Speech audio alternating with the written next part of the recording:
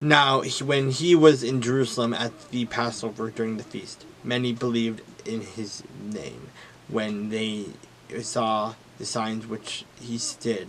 But Jesus did not commit himself to them, because he knew all men, and had no need that anyone should testify of man, for he knew what was in man.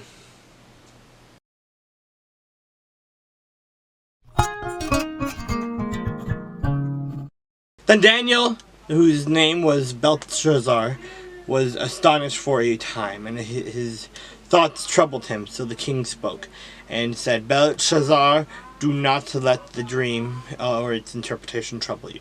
Belteshazzar answered and said, My lord, may the dream concern those who hate you, and its interpretation concern your enemies.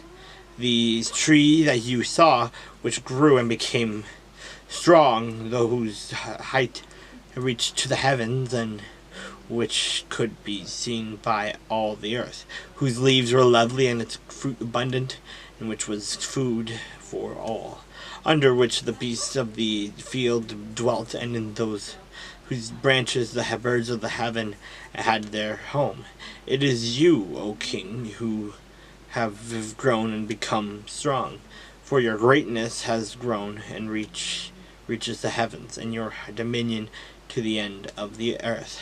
And inasmuch as the king saw a watcher, a holy one, coming down from heaven, and saying, Chop down the tree and destroy it, but leave its stump and roots in the earth, bound with a band of iron and bronze in the tender grass of the field, let it be wet with the dew of heaven, and let him graze with the beasts of the field, till 7 times pass over him.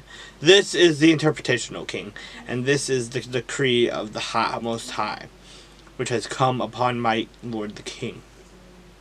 They shall drive you from men, your dwelling shall be with the beasts of the field, and they shall make you eat grass like oxen. They shall wet you with the dew of heaven, and 7 times shall pass over you, till you know the Most High rules in the kingdom of heaven, and gives it to whomever he chooses. And inasmuch as they gave the command to leave the stump and roots of the tree, your kingdom shall be assured to you, after you come to know the heaven rules. Therefore, O king, let my advice be acceptable to you.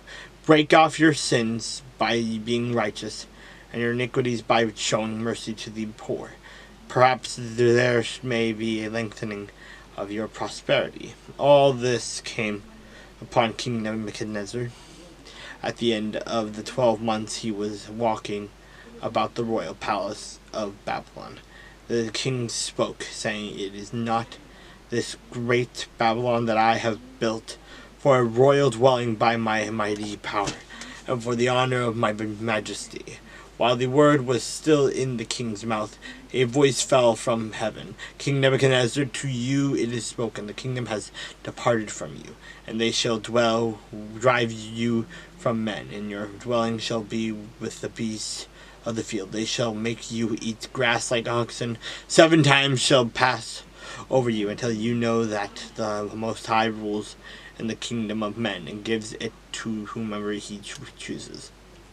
That very hour the word was fulfilled concerning Nebuchadnezzar.